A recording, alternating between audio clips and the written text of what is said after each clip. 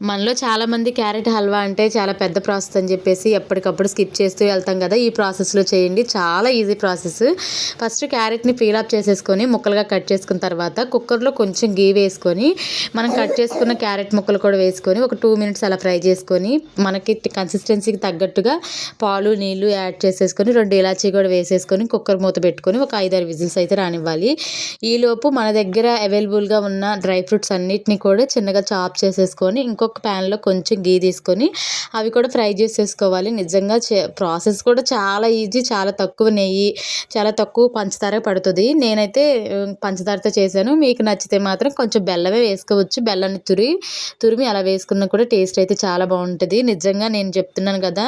నన్ను నమ్మి ఈ రెసిపీని అయితే ట్రై చేయండి. మీరు 100% సాటిస్ఫై అవుతారు. నాకైతే నిజంగా ఇంత బాగా టేస్ట్ వస్తదనైతే నేను అనుకోలేదు. నచ్చితే ఒక లైక్ ఇచ్చి సబ్స్క్రైబ్ చేసుకొని సపోర్ట్ అయితే ఇవ్వండబ్బా!